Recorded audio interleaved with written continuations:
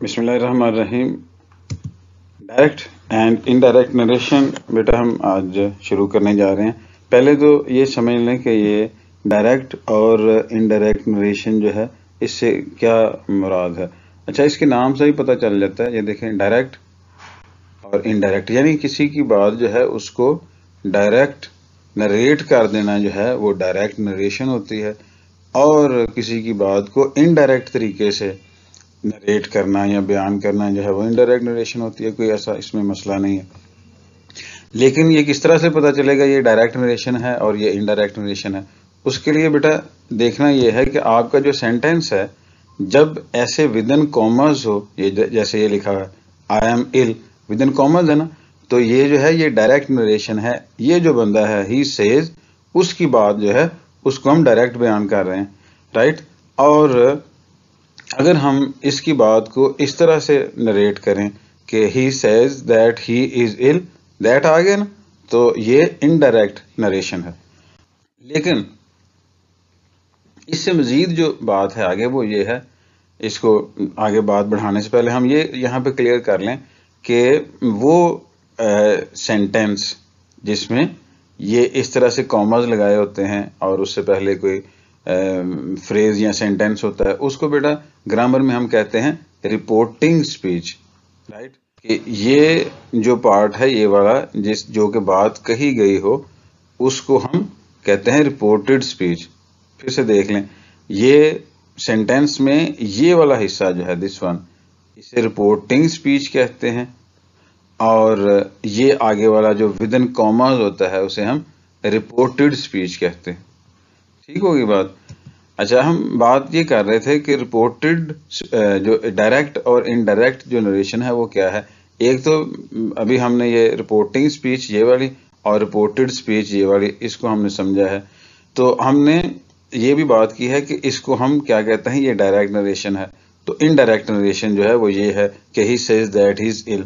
लेकिन क्या सिर्फ यही डायरेक्ट और इनडायरेक्ट होते हैं, या डायरेक्ट नरेशन और इनडायरेक्ट नरेशन सिर्फ यही है? यही नहीं है सिर्फ, बल्कि इसकी कुछ और सूरत भी हो सकती है। वो जैसे ये है he says to me I am ill, यहाँ पे सिर्फ सेज था तो सेज टू मी भी आ सकता है।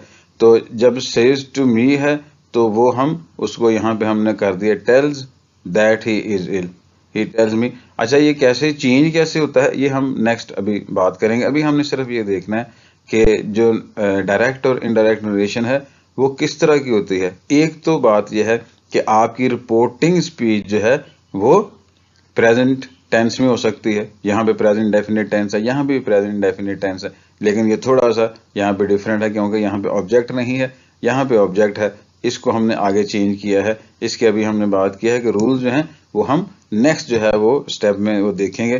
तीसरा देखें जरा कि रिपोर्ट जो डायरेक्ट इनडायरेक्ट है या डायरेक्ट नरेशन जो है वो इस तरह से भी हो सकती है, या रिपोर्टिंग स्पीच जो है वो ऐसे भी हो सकती है कि ही विल से, यानी फ्यूचर टेंस में भी हो सकती है, और उसके अंदर जो है कोई और टेंस हो। जैसे यहाँ पे हमने प्रेजेंट सिंपल टेंस जो है वो लिखा हुआ है, तो इसको हम किस तरह से करेंगे वो ये देख लें, he will say that he is इल।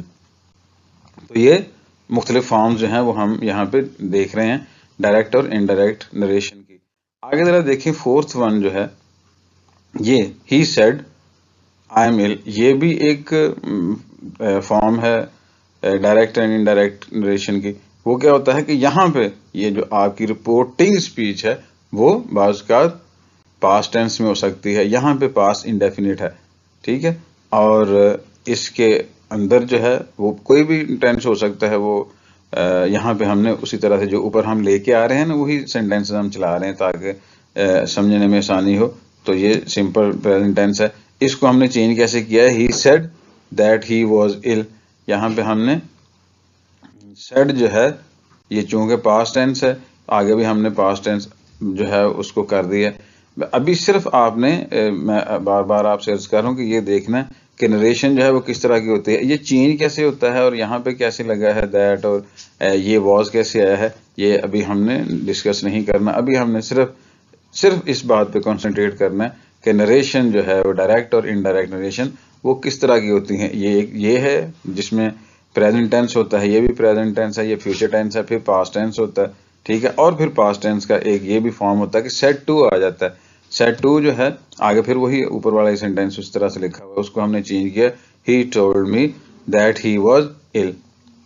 ये उसकी इसकी इनडायरेक्ट जो है वो नरेशन आ गई। नेक्स्ट जो सेंटेंस है छठा, वो देखते हैं कि क्या है, कि he said to me am I ill, past tense ही है, लेकिन अंदर जो है आपका जो रिपोर्टेड स्पीच है वो क्या हो गई है, वो इंट्रोगेटिव हो गई है।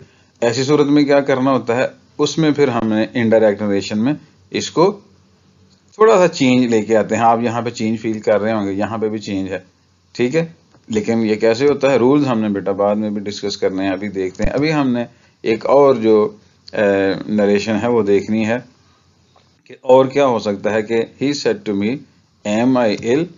तो ये सिर्फ यही नहीं कि यहाँ पे हम इफ लगा हो तो वो सिर्फ वो फॉर्म है एक इनडायरेक्ट नरेशन की, बल्कि बाज़ औक़ात इफ की बजाय वेदर भी लगाया जाता है, ये वाला वेदर, राइट।